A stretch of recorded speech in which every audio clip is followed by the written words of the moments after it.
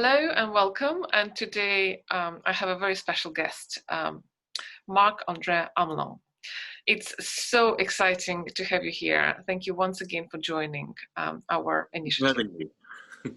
Lovely.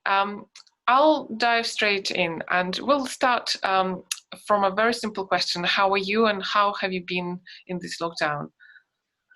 Well, it's been better than, I've had it better than some of my colleagues who have unfortunately been alone. I mean, I have my wife, my family here, and it's been as wonderful as it could be, you know,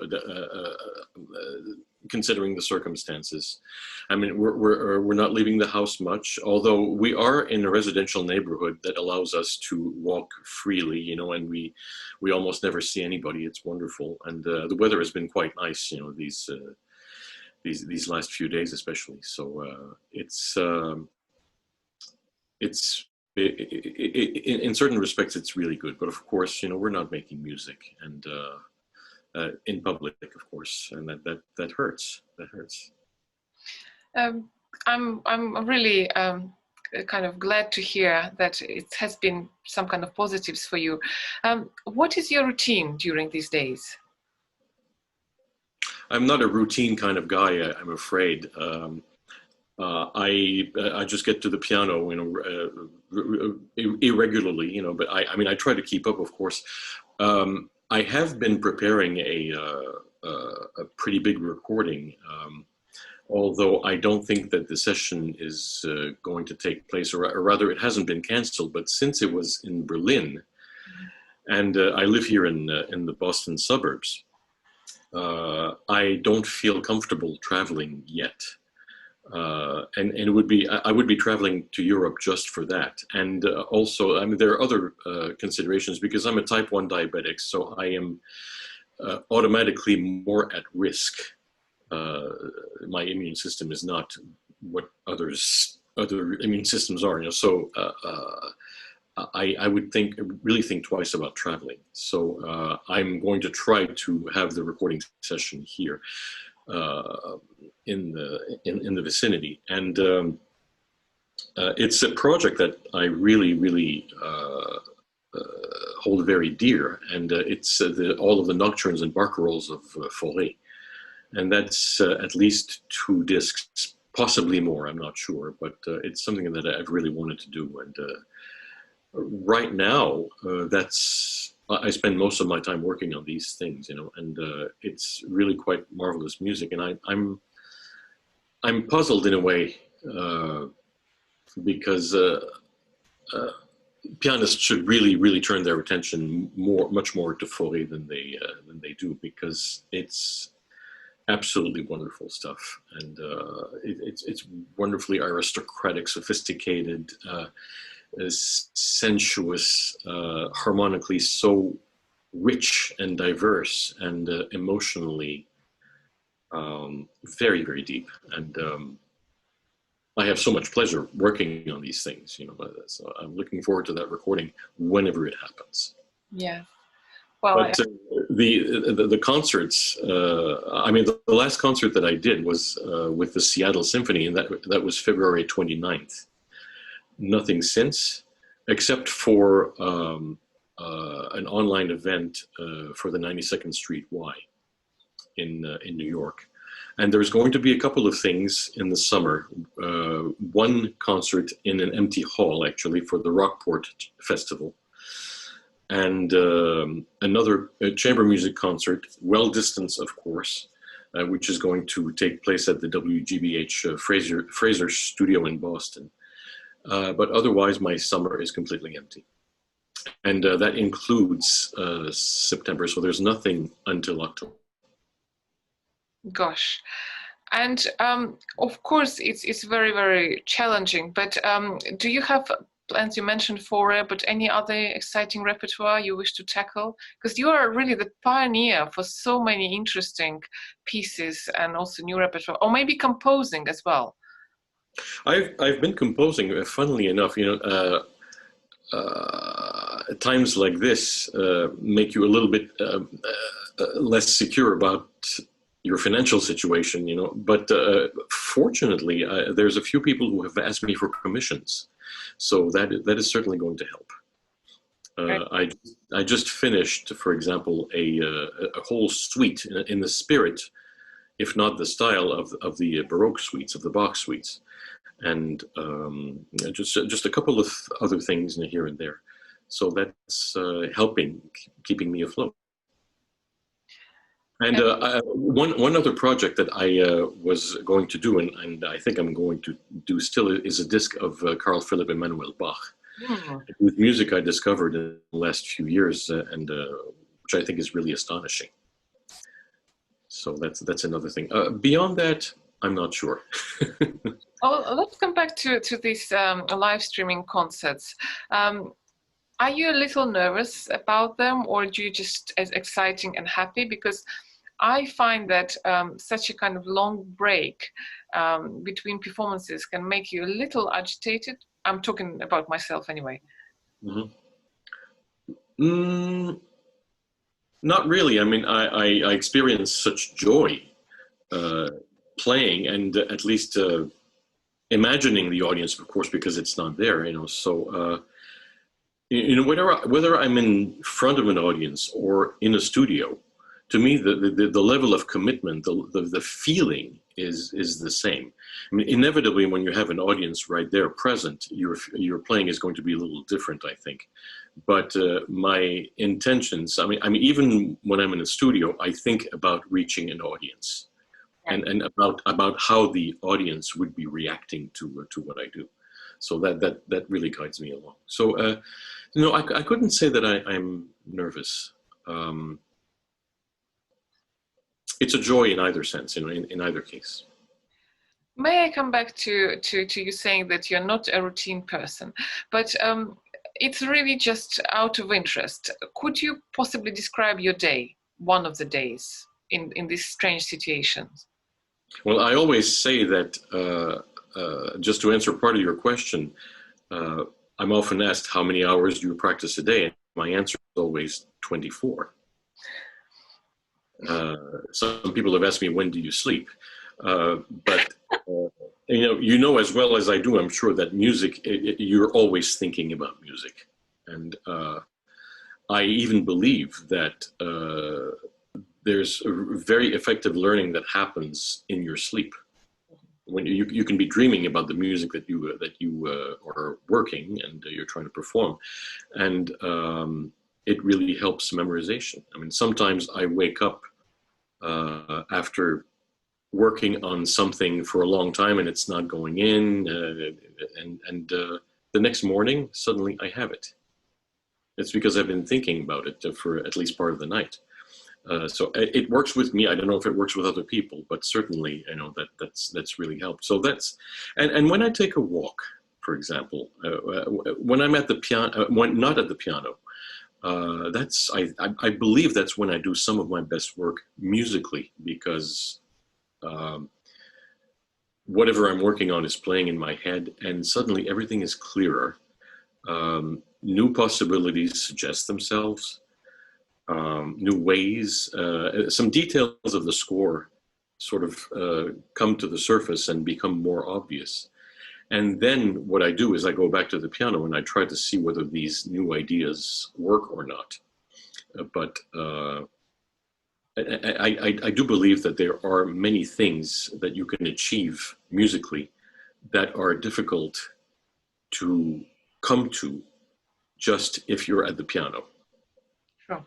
You have to think about music away from the piano, and I think it helps a great deal.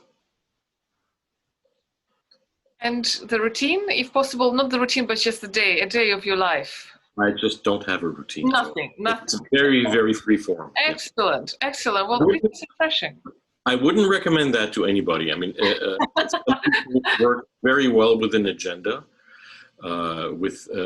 Some people need orderliness in their lives, and that's fine. I mean, if it works for them, that's beautiful. But I'm not much of a planner, I'm afraid. Could I ask you about your childhood and how actually did you discover your love for the piano? Well, my father was really the one who got me into music because he was a very good amateur pianist. He was a pharmacist by trade, but piano was really his love. I mean, music in general, but especially piano. And he really played quite well. I mean, he played some rather advanced things. I remember him practicing a lot of Chopin and Schumann and Liszt. He wasn't too much geared towards the classical period. He was much more romantic. And as a young boy, apparently, well, he told me that I was very fascinated to watch him play. And at one point, he said, "You want lessons?" And that's when I was 5. So I said, "Sure." I actually remember the moment where he asked me, and I remember where we were, and where I was sitting and looking at him. Yeah. And I started at the same time as my sister did, and my sister lasted 3 years. She was always discouraged because I was developing a lot faster, apparently. So, and that's really the way it happened. I heard him play a lot in the house, and it was very diverse. I mean, he really worked on a lot of things. I started some time ago to make a list of what I remember him playing at home, his repertoire, and it's a pretty big list, and it's always growing as I remember more things. But he never played once in public, as far as I know, unless there were some school concerts, when he was learning, when he was studying piano, but he never got a chance to play in public. But he was very, very encouraged by my success. I mean, he was very glad to see at least part of it. He lived long enough to see part of my success and listen to my first few recordings. He died in 1995, actually, so it's quite a while ago. And has anyone pushed you to practice, or did it feel just naturally you were drawn to it? Well, sometimes when I was learning piano, I'd go to the piano, but not necessarily to practice what I should have practiced. I mean, sometimes I would just improvise some crazy things. I had to be called to order sometimes to do scales and arpeggios and just work on the repertoire and practice everything slowly and everything. So, but at least I was drawn to the piano in some way, even though it wasn't necessarily to work on what I had to work on.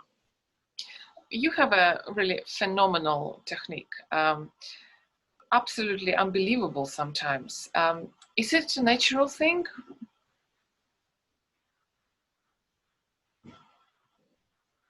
I worked a lot on it. Yeah, that's great to hear. Maybe you could share what were the, let's say, key elements of your practice that developed it, or maybe key pieces or exercises.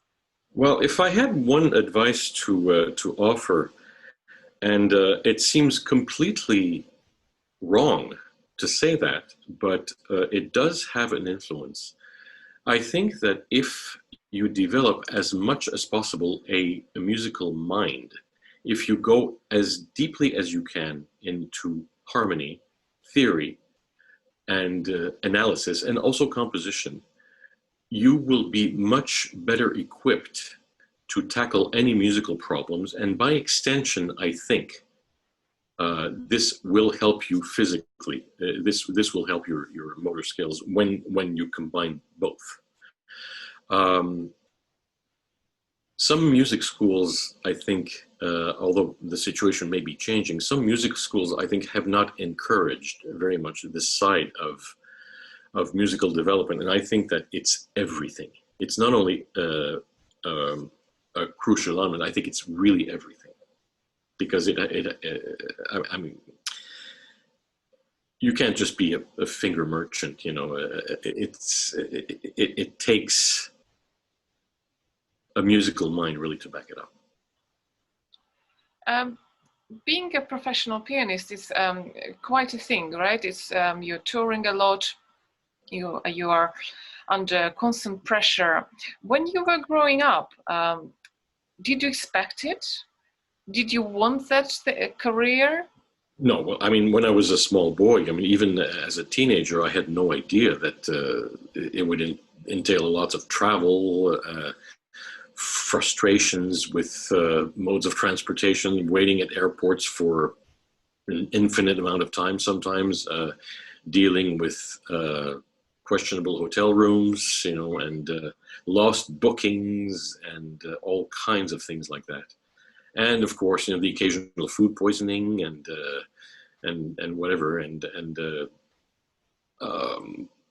times when you don't feel all too well. All these things really have kind of an influence, but you have to be prepared for them. It's just that I didn't know what I was getting myself into, of course, at that point. Now I know. But let's say, did you enjoy it? And I use the past because now we're obviously in a very different situation. I enjoy being places. I don't so much enjoy getting there, as you can guess from what I just said. Of course. Although if I have a chance to travel with my wife, that's always better. It makes the traveling experience much more pleasant.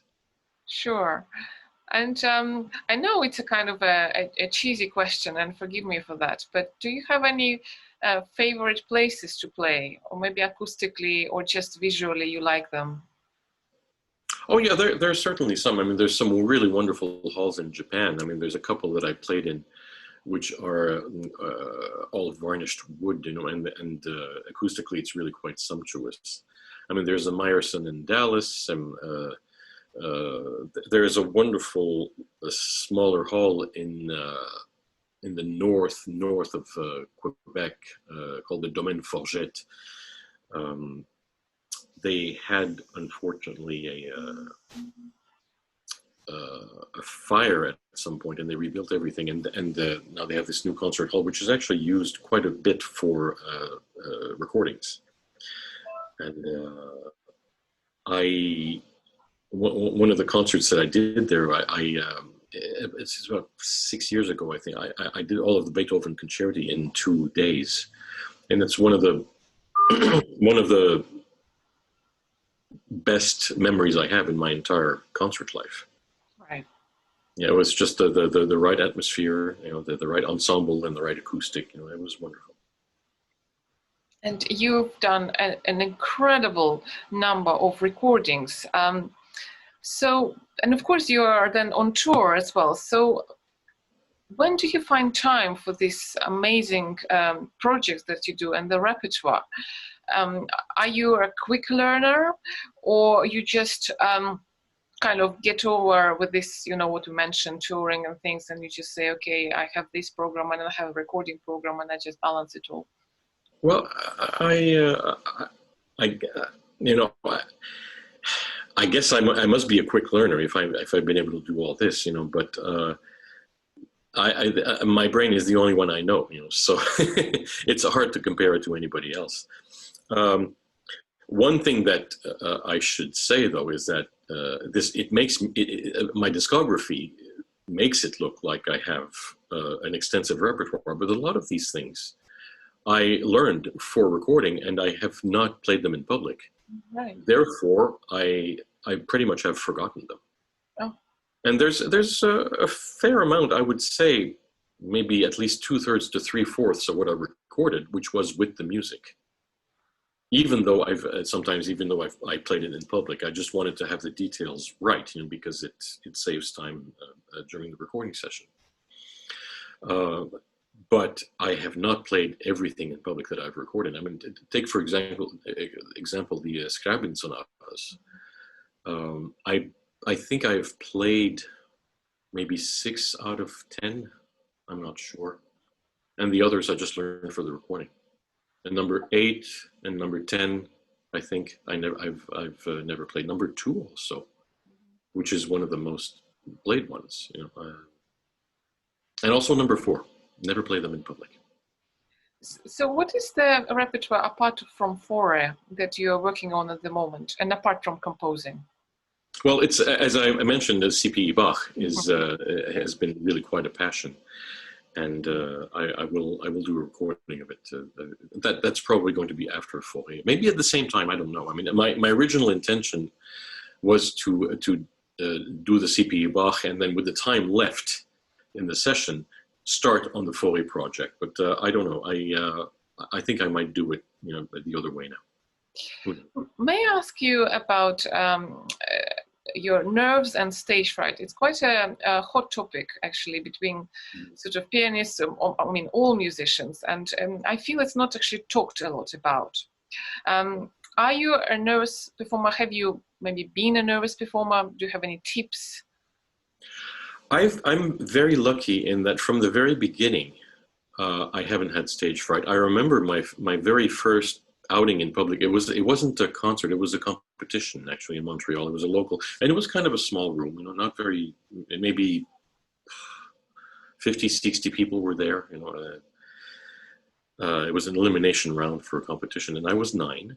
And I remember walking very confidently, like it was just another thing, and it's been the same ever since. I've always really considered the public to be friendly. I mean, there were times, of course, I grew up in Montreal, and we had a really odious specimen of a music critic for the French paper, and everybody was afraid of him. And it was really hard not to think about him when you were playing. I mean, he was that bad. I mean, he could be very. He could give you a lot of praise, one concert, and then the next concert, it was you thought your career was finished. I got over it eventually because I started considering these things as not being that important. But otherwise, I really approach public performance as an offering. It's an act of sharing, really, with the public. And what's foremost in my mind, I think, is the desire to show people, what wonderful repertoire this is, or in the case of something they already know, just sharing it with them and making it sort of revive in their memory. So if you approach the public with that in mind, I think you have a better chance of maybe being freer on stage. Also, and this touches on the subject of memorization, because a lot of people are nervous memorizing and having blanks on stage. Again, if you have studied the piece that you're performing with all possible angles, the form, the general form, the harmony, and the everything, the counterpoint, and you know every single little intimate detail of it, I think you are much better equipped not to founder on stage, and therefore you'll feel freer to share and to have a good time. That's very interesting, and I'm sure really helpful. Could I touch again the subject of music critics, because again, very, very important. And sometimes I find they just I mean, sometimes they know what they're talking about, and sometimes they don't know what they're talking about. How do you deal with this? Because it's quite obvious when something has been written that has like nothing to do with your performance, and it's just literally something completely strange. And then on the other hand, you read something which is probably positive, but you also can't connect it with your performance. Has there been any situations like that for you? Oh, sure. And there's some positive reviews which are written rather incompetently. I mean, they find it's just that they don't say nothing. They don't say anything really worthwhile. And a lot of critics like talking about this much about the repertoire and this much about you. So sometimes you look for your name and you think it's almost like you can't find it. I like to read reviews. I always have, and I still do. And most of the time I've been lucky, but I've gotten slammed, many times. It's just part of everything, and you have to expect it. But you have to take reviews for what they're worth, and the jury's still out as to whether they really have that much of an influence over the public, really. Well, talking about the public now, of course, social media is the sort of the new public. What is your feeling about it? Do you think younger people also will get more interested in classical music because now everything is online? Or will it stay the same? I guess you're not like terribly active and the social media. I know you have a Twitter account and yeah. Well, I'm on Facebook as well, although I've neglected that a little bit, I admit. But I do have good press agents, who put stuff up, and they help me, and they've made me understand that social media is very important. I mean, it's almost the way of the future, at least to promote yourself. I mean, it's an incredible tool. So is YouTube, of course. YouTube started very modestly, but now it's practically another encyclopedia, because you can find everything imaginable on it. And I think it's a fantastic promotional tool that you can, and you can post videos of yourselves playing at very, very little, or even no cost. So young people really who want to promote themselves have the best possible tools at their disposal, which when I was their age, we just didn't have that. And do you believe that this self-promotion is a good thing? Yes. Yes. You have to know how to do it well, but yeah, definitely so. Which leads me to the next question, that in a career of, let's say, a young musician, is it still possible to make it, let's say, the way you did without engaging? Or do you think now it's really almost like part of your playing? I'm not sure I understand exactly. Yeah, so for example, when of course you grew up and you had your career, yeah. And you grew up as a pianist and developed as a pianist, there wasn't any really social media, where now it's such, as I said, public tool and very powerful tool as well. So do you believe that now basically in order to be successful for a young musician, you of course have to play well, but you also have to be able to promote well?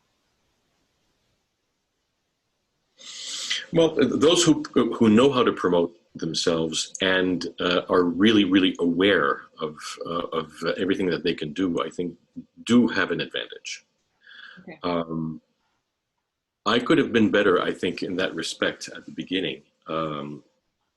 But I should mention, as a matter of fact, that I consider myself a little bit of a late starter, because I was not really that active until I reached my 30s.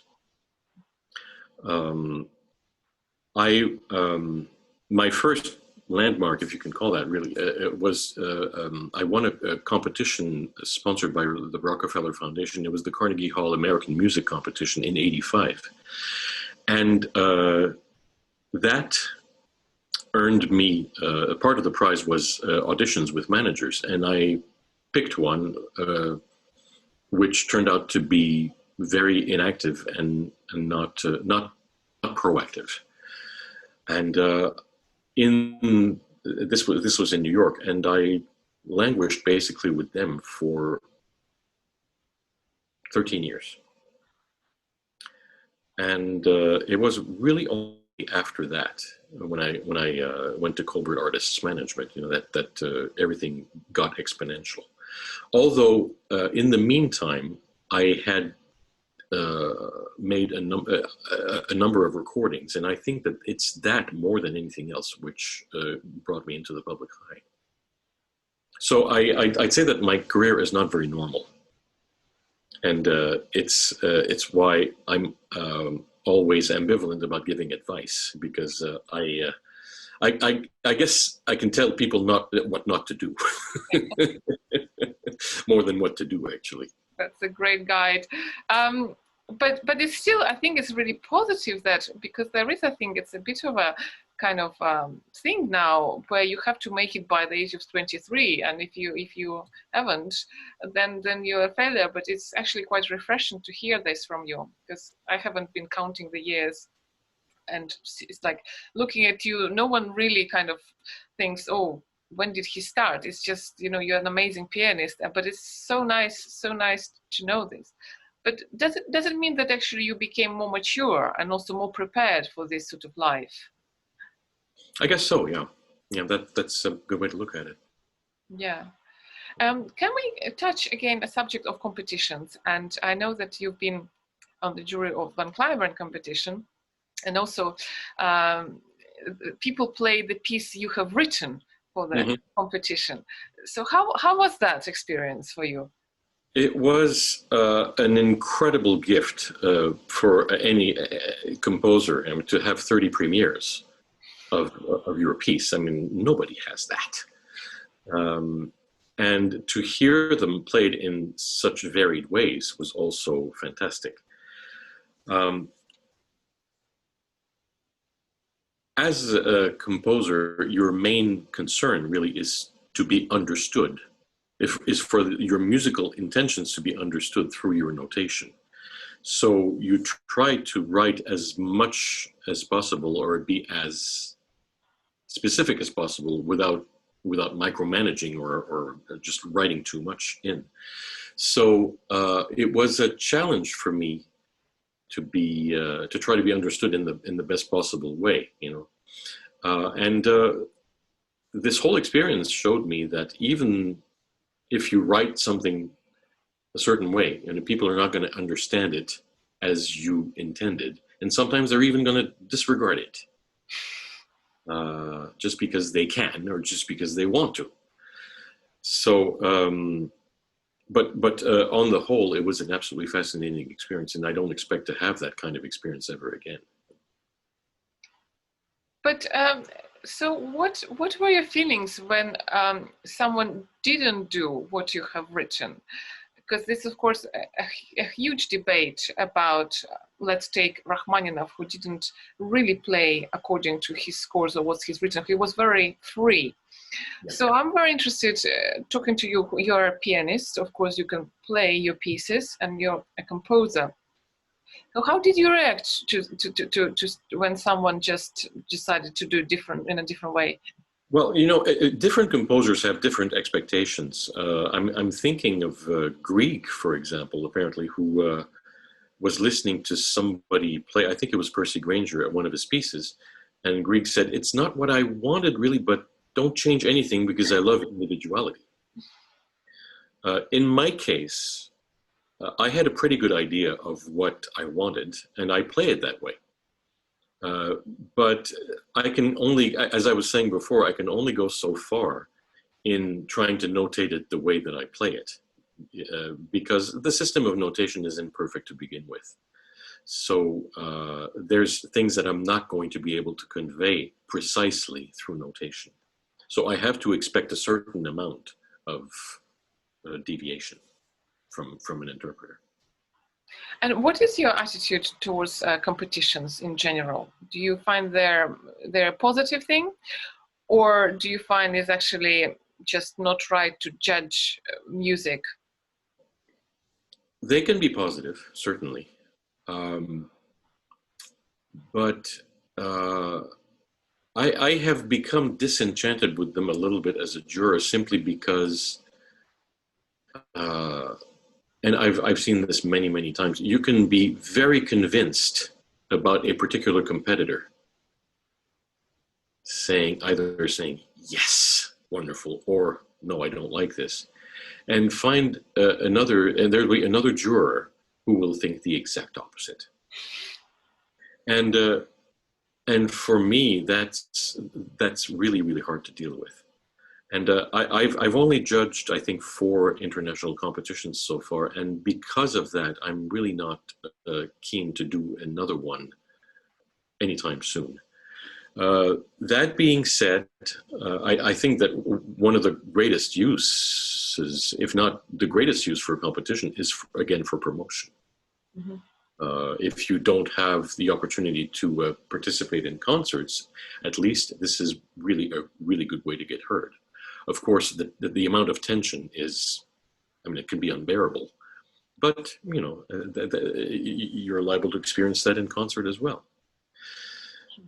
So as a promotional tool, it's very good.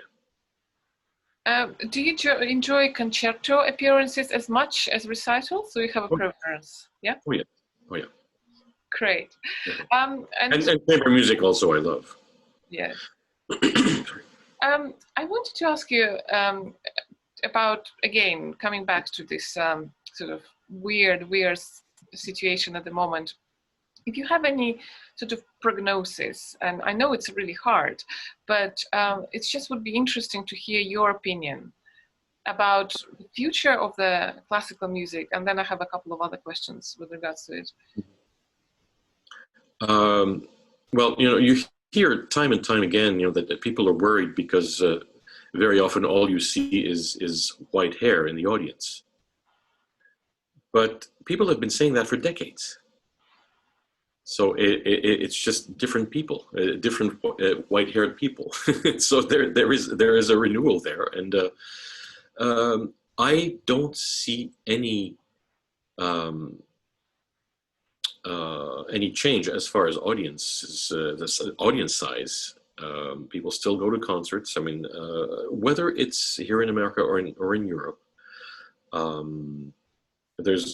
Audiences are always, people always come to a concert in healthy numbers, and I'm personally not worried. I may be naive, but I'm not worried. And the next question about really the same theme. So these live streaming concerts, is this just a kind of intermediate solution, or do you think this will actually become the next trend for the classical music? Well, I think that as soon as we don't have to do it, I think the number of them is pretty much going to drop down because a lot of people are not going to feel like they need them anymore. And I'm certainly glad that they exist now, and I think that certain people are certainly going to make use of them. Again, possibly for self-promotion. But most of us are going to be so happy coming back to concert halls, you know, that this, I think a lot of us are going to experience these concerts as sort of distant memories, or think of them as distant memories. I don't want to put them down, you know, because they're fantastic tools, and they can give rise to fantastic occasions. I don't know if you caught this just a few days ago, but Igor Levit did a complete performance of the Satie Vexation, and I have to admire him for it, you know, because I was once part of a performance of it, but it involved 40 pianists, each playing 21 repetitions of the piece, and I was the last one. So as far as I'm concerned, I had the best part because it included the silence afterwards. But I can't imagine playing the whole piece 840 times. Of course, it's a joke. You know, Satie meant it as a joke. You know, but we're taking it seriously. So yeah, whatever. But it was an event, and I'm glad he did it. And I tuned in actually many times during that day, including at the very end. Mm-hmm. It's fascinating.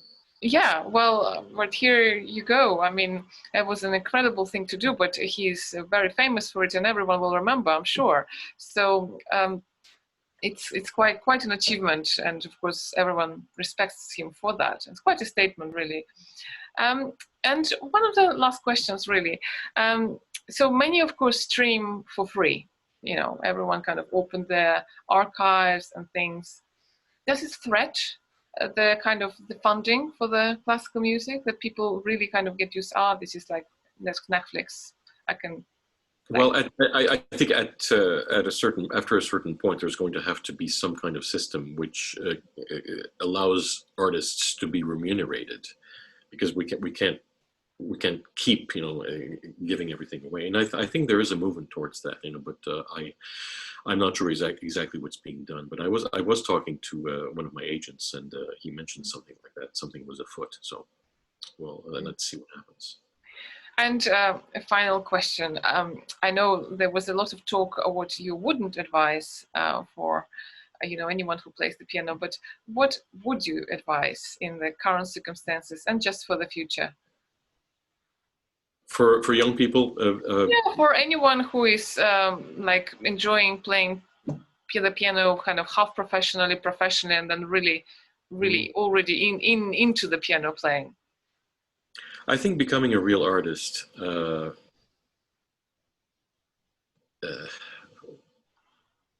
entails really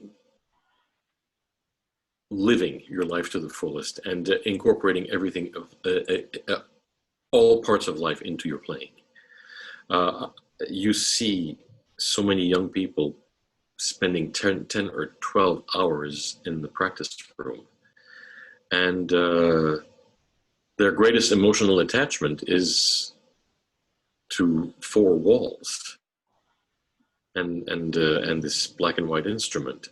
And if you don't incorporate your life, if you don't take time to live, what are you hoping to express artistically?